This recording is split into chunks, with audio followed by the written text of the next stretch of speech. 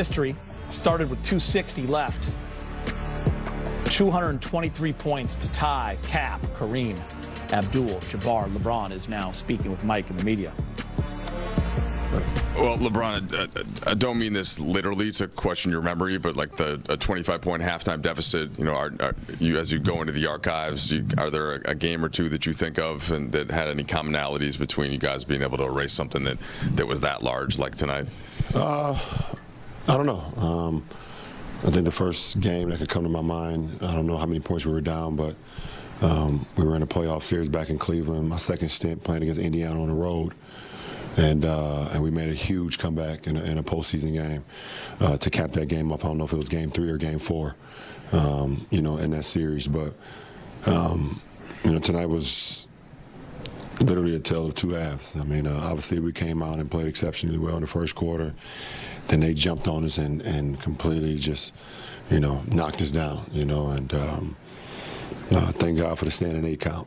You know, we was able to, you know, to stay in the bout and then you know, turn the game around in the second half. Darvin had mentioned the ball pressure from Dennis and from Pat in the perimeter, and in your case, it seemed like just able to keep getting to the rim. I think you were 9 of 10 in the paint at one point. A lot of that coming in the third.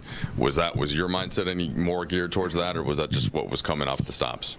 Well, I mean, when you're down, you try to play a little bit more desperate. You try to, you know, see, you know, how much you got left in the tank and try to, you know, push the envelope a little bit more. So, like you just said, it started with Dennis and Pat just getting up into, you know, Dame and Anthony, and, you know, and then it's the back line's, you know, job to communicate through them because they get a lot of pick and rolls, a lot of flare screens, things of that nature. So, you know, Thomas, William, myself, and the rest of the guys, Troy, everybody that was out on the floor is just trying to communicate to those guys off pick and rolls or whatever the case may be, ISOs, and even when we got switches, we was able to, you know, just try to keep a, you know, a hand up on those guys because they were, you know, obviously Damon, we know how great he is, and Anthony is definitely a shining star in this league. So just try to make it tough on him, and in the second half we was able to do that.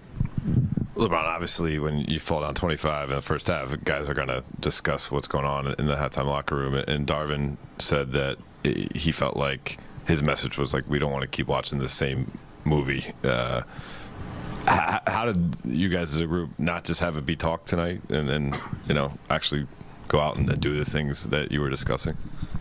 I mean, just, I guess there's one or two ways. You can either go out and you can just lay down and get ready for the next game, or you can see what can happen in the third quarter and make a game of it. And, you know, for us as competitors and our team and our makeup this year, we're not a lay-down team. It's just not the makeup of our club. So we came out and showed the makeup of our club in the third quarter, gave ourselves a chance going into the fourth and turn it into a few possession game, into a couple possession game, and one possession game was able to take the lead.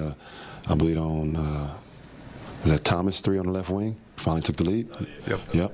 Yeah. So, you know, after that we just started trying to get some stops and keep building our lead up. You know, from 1 to 3 to 5 or whatever the case may be, all the way up into 7 at one point. When teams fight back like that so often, like they expend so much energy that, like, when it gets tight, things kind of fall apart. This is 2 games in a row where you guys are pretty good in crunch time. What have you seen execution-wise lately from this team down the stretch, and is that encouraging, sort of big picture, knowing that you guys have been through and made so many mistakes that you're kind of learning? Yeah, we've been through it a lot, and you know, we just want to try to continue to keep improving, you know, throughout, you know, late games and, you know, 1 possession games, 2 possession games, going down late, and tonight we did a good job of being able to execute, you know, defensively and offensively, you know, getting the best shots that we can. And even when we got, you know, one of the good looks that we didn't go in, you know, Thomas was cleaning glass and was able to get us extra possessions or second chance points, so that was huge for us.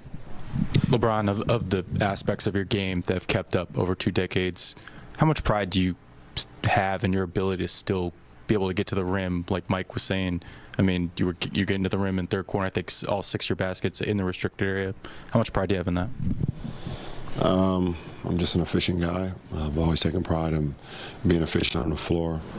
You know, I'm also able to score at all 3 levels on the floor. So if it's a point in the game where one is not working, I can go to the next, or always keep the defense at bay. So I had the 3-ball working earlier in the game. Third quarter wasn't going. I was able to get into the paint. I was able to get to the free throw line. I started getting my my mid range going as well. So I'm just always trying to keep the defense off balance, with my play.